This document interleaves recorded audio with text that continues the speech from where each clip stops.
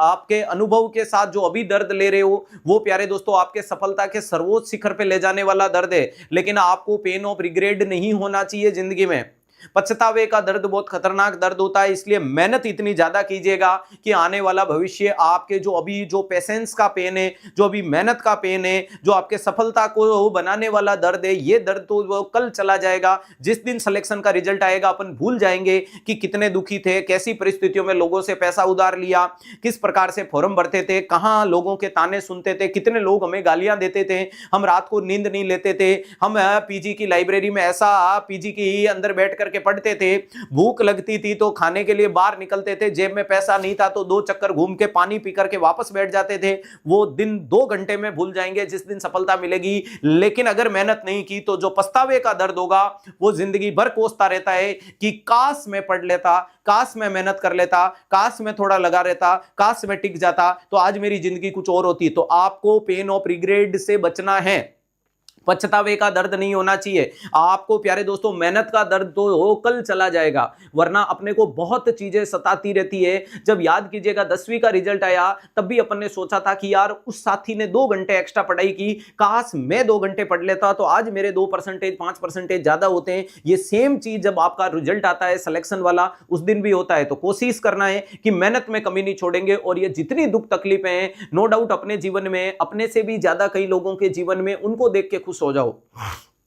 जब आपको लगे कि आपके संघर्ष ज्यादा है, आपके जीवन की तकलीफें, जैसे कि हर इंसान को लगता है, हर बंदे को लगता है, जैसे मुझे लगता है कि मेरे जीवन में दुख अलग लेवल के हैं, ऐसे इतने ज्यादा दुखी कोई नहीं है, तो किसी और को लगता है कि नहीं उसके जीवन में कुछ नहीं, मेरे ज्यादा है। तो आप यहां पर बेस्ट टारगेट ये रहेगा कि जब भी नेगेटिविटी जनरेट हो, जब भी परेशानी जनरेट हो, जब भी दुख सताए, तो आपसे ज्यादा दुखी इंसान को देखो तो आपको लगेगा कि यार वो कितना दुखी है, मैं तो कहीं दुखी हुई नहीं, मेरी तो कोई तकलीफ ही नहीं है।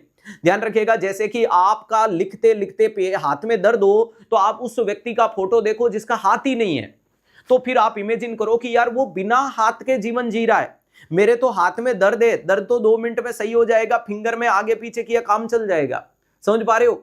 इस चीज की तरफ जाने की कोशिश करो। तुम्हें लग रहा है कि तुम्हारी स्थितियां गरीब है, तुम्हारे मम्मी पापा गरीब हैं, जिसके कारण वो पैसा पर्याप्त मात्रा में तुम्हें उतना नहीं दे पा रहे जितना कोई एक मिडिल क्लास या हायर क्लास वाला ले रहा है, तो तुम उस इंसान को इमेजिन करो जिसके मम्मी पापा ही नहीं है।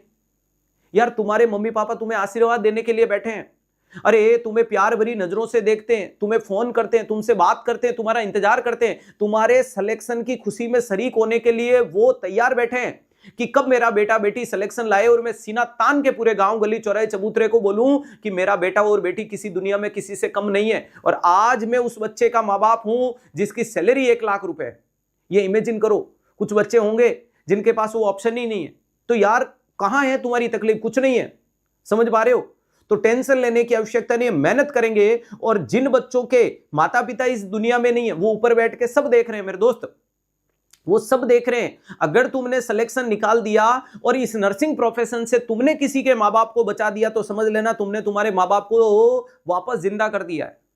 इससे ज्यादा नोबल प्रोफेशन नहीं आएगा। एक इमेजिन करो तुम आईसीयू में पोस्टेड हो और आईसीयू में पोस्टेड हो, कोई सीवियर कंडीशन किसी पेशेंट में डेवलप हो गई और उसके बच्चों को आपने आवाज लगाई, बुलाया और बुला के सीवियर कंसेंट लिया कि हम ट्राई कर सकते हैं, इसको सीपीआर देंगे, डीफेब देंगे, बच गया तो ठीक, नहीं तो अलग बात है। आप इमेजिन कीजिएगा आपके पोटेंशियल से अगर आपने उस अंकल आंटी को बचा दिया तो समझ लीजिएगा कि आपने अपने माता पिता को वापस जिंदा कर दिया है। जिंदगी में किसी को जीवन दान देने से बढ़िया क्या चीज हो सकती है यार? तुम सोचो कि एक रोता बिलखिलाता इंसान को तुमने आईसीयू के बाहर खड़े एक लड़के को बुलाया था जिसकी उम्र 40 45 50 55 साल होगी। वो अपने माँ बाप के लिए तरस रहा था। जब आपने उसको बोला कि यार स्थिति बहुत गंभीर है, पता नहीं बचेंगे या नहीं बचेंगे, यहां साइन कर दीजिएगा, हम हमारी कोशिश कर रहे हैं, वो रोते हुए आंसुओं से उस पन्ने पे आंसू गिर रहे हैं और वो वहां साइन या अंगूठा करके गया है कि प्लीज हाथ जोड़ रहा हूं, पैर पकड़ रहा हूं, मेरे माँ बाप को बचा लो। और तुमने एडी चोटी का जोर लगाया, तुमने बहुत बेहतरीन ढंग से सीपीआर दिया, एडीआर दिया, मेडिसिन दी, डीफेब दिया और 15 मिनट बाद उसी इंसान को वापस बुलाया कि आपके पिताजी आपकी माताजी बच चुके हैं, उनसे मिल लीजिएगा। भगवान ने उनको जीवन दान दिया। अब तुम कल्पना करो यार कि तुम किस लेवल पे पहुंच चुके हो। पैसे वैसे कुछ नहीं है, पैसे, शान, शौकत, नाम, परिवार, ये सब कुछ पीछे रह जाता है जब ये चीज उस बंदे के चेहरे पे जो मुस्कुराहट आएगी ना, वो आपको गले तो नहीं लगा पाएगा लेकिन गले लगाने की कोशिश करेगा कि यार वाकई में धरती पे भगवान आया तो है और मेरे माँ बाप को बचा दिया। तो कोशिश कीजिएगा कि इस जीवन को इतना बेहतरीन बनाएंगे कि वाकई में खुद के ऊपर गर्व कर सके, ऊपर बैठे माता पिता भगवान गर्व कर सके, सारा समाज, सारे रिश्तेदार गर्व कर सकते हैं, और सबसे बड़ी आने वाली पीढ़ी, अपना जूनियर गर्व कर सकते हैं कि मेरे आइडल कौन बनने वाले हैं, मेरे सीनियर बनने वाले हैं, मेरे बड़े भाई बनने वाली, बड़ी बहन बनने वाली, मेरे माता पिता बनने वाले हैं। मेहनत में कमी मत छोड़िएगा। 360 जब तुम्हारे साथ है तो घबराने की क्या बात है।